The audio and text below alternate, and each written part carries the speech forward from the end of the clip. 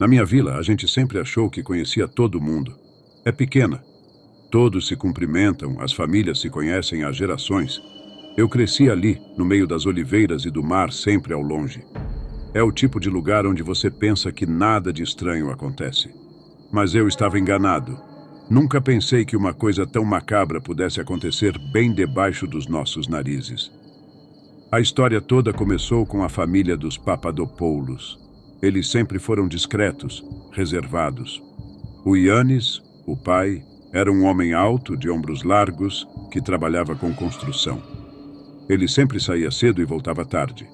A mulher dele, a Eleftheria, era muito mais quieta, quase não saía de casa. Eles tinham 2 filhos, o Costas e a Helene.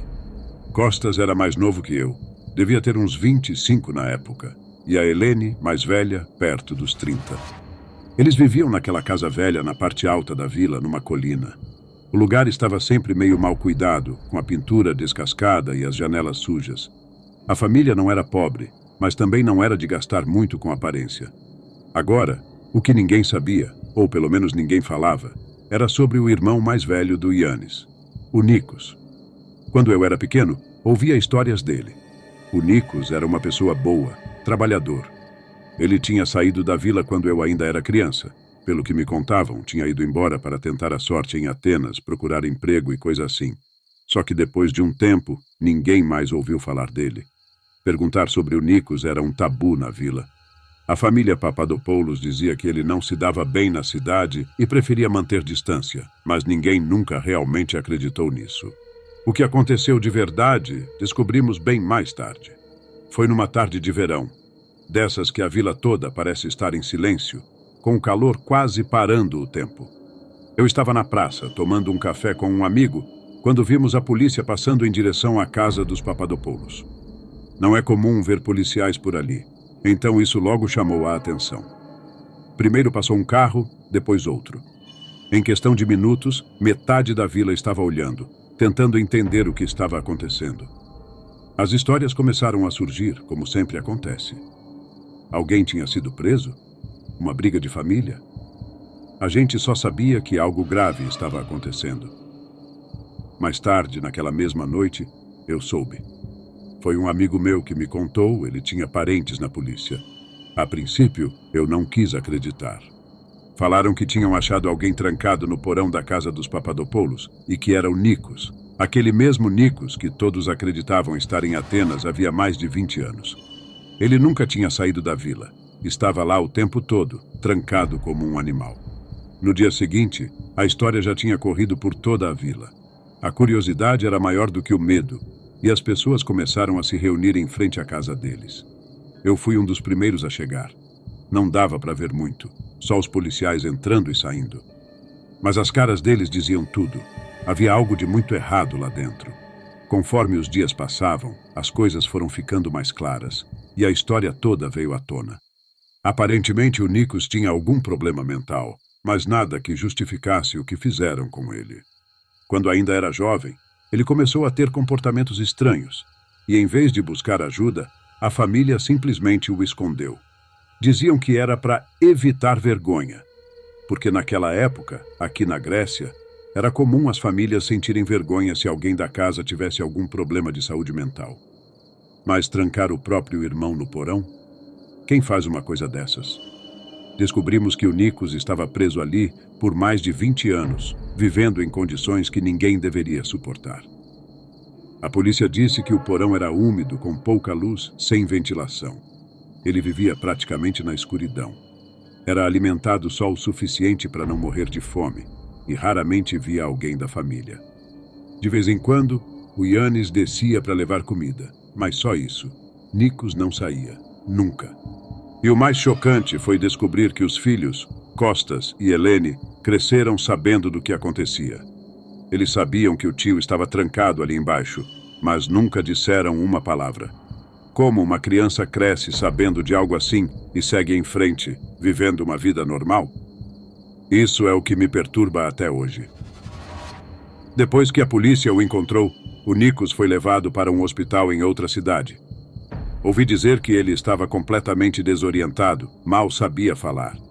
A mente dele tinha sido destruída, não pelo problema de saúde mental, mas pelos anos de isolamento, pela falta de contato humano. A última vez que ouvi falar dele, ele estava sendo tratado num hospital psiquiátrico, mas os médicos diziam que ele nunca seria o mesmo. A vila ficou em choque. Todos nós. Era como se um véu tivesse sido rasgado, mostrando que as coisas não eram tão simples como a gente pensava. A família Papadopoulos era uma das mais respeitadas da vila. Sempre pareciam tão normais. Agora, estavam destruídos. O Yannis foi preso, claro, assim como a Eleftheria. O que me surpreendeu foi que o Costas e a Helene também foram acusados. Eles sempre pareciam tão quietos, tão distantes, mas no fundo estavam envolvidos naquele horror. Depois disso, a vila nunca mais foi a mesma. A casa dos Papadopoulos ficou vazia por um bom tempo, até ser vendida para outra família. Ninguém queria passar por lá, e as crianças evitavam até olhar na direção da colina onde a casa ficava. A história virou uma sombra sobre a vila, e as pessoas passaram a falar dela como se fosse uma lenda. Quando você anda por lá hoje, até os novos moradores falam sobre o porão dos Papadopoulos, como se fosse um conto de terror. Mas para quem viveu aquilo, não tem nada de conto. Era a realidade, e uma realidade que nunca vai ser esquecida. Às vezes eu me pergunto como ninguém percebeu. Eu cresci naquela vila. Conhecia o Yannis e a família dele desde pequeno. Será que a gente estava cego? Ou será que, no fundo, ninguém queria ver o que estava acontecendo? Essas perguntas me atormentam de vez em quando. Não tenho resposta, mas sei que aquela casa, aquela família, nunca mais será vista do mesmo jeito. Hoje, muitos dos mais velhos ainda falam sobre o Nikos como uma espécie de aviso.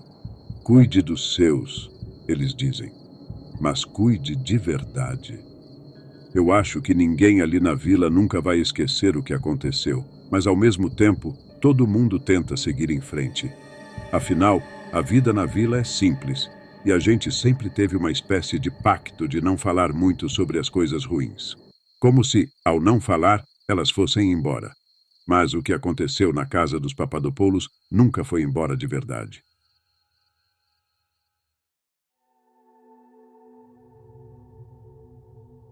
Na nossa vila sempre tivemos uma tradição de fazer um grande banquete comunitário. Todo ano, geralmente na primavera, quando o tempo começa a esquentar, a gente se reunia na praça da igreja, trazia comida, bebida e passava o dia todo comendo, conversando, rindo. Era uma coisa que todos esperavam ansiosamente. Minha família sempre participava. Minha esposa fazia pães caseiros e eu ajudava a montar as mesas e as cadeiras. Todo mundo contribuía com alguma coisa. Era uma tradição simples, mas importante para a gente. Aquela primavera, no entanto, não foi como as outras. Naquele ano, o banquete terminou de um jeito que ninguém esperava. Nunca mais foi a mesma coisa depois disso. Tudo começou como sempre. O dia estava bonito, o céu claro, o cheiro de comida se espalhava pela praça. Todos trouxeram suas especialidades. Maria trouxe o famoso guisado dela, que todo mundo adorava. O Petri fez aqueles porcos assados que ele sempre faz, e tinha os doces que a Anca faz. Sempre os mais bonitos da mesa. Era uma fartura só. Lembro de ter comido bastante naquele dia. O pessoal estava animado, conversando, bebendo vinho. Era o tipo de festa que a gente nunca queria que acabasse. A criançada correndo pela praça, os velhos jogando conversa fora nos bancos, enquanto a gente comia e bebia. Mas, no fim da tarde, as coisas começaram a mudar. Primeiro, foi a Sofia, uma senhora de idade, que começou a se sentir mal. Eu estava conversando com um amigo, o Mihai, quando ouvi alguém falando que a Sofia estava passando mal. Achei que fosse coisa da idade, ou talvez um exagero na comida. Só que, logo depois, o Petri, o mesmo que tinha trazido os porcos assados, também começou a se queixar de dores no estômago. A princípio, ninguém ligou muito. Numa vila pequena como a nossa, sempre tem gente reclamando de alguma coisa, ainda mais depois de tanta comida e vinho. Só que aí, uma pessoa atrás da outra começou a cair doente. Vi a Maria, que estava sentada perto da gente, com as mãos na barriga, se contorcendo de dor. A esposa do Petri também estava passando mal, e até o padre começou a suar e a ficar pálido. Foi tudo muito rápido. Em questão de minutos, a praça virou um caos. As pessoas estavam caindo no chão, se dobrando de dor, vomitando. Eu comecei a sentir um peso no estômago também, e um medo tomou conta de mim. Algo estava muito errado. O que eu lembro a seguir é de ver todo mundo tentando ajudar uns aos outros. Gente sendo levada para as casas, o pessoal correndo de um lado para o outro, tentando achar quem pudesse dar um jeito naquilo. Mas a maioria estava mal demais para ajudar. Eu mesmo tive que sentar porque a dor começou a ficar insuportável. Minha cabeça girava e eu sentia como se meu corpo estivesse sendo drenado de energia. Minha esposa, graças a Deus, parecia estar melhor que eu, mas mesmo assim, o pânico estava claro nos olhos dela. Foi só no dia seguinte que a gente soube o que realmente tinha acontecido.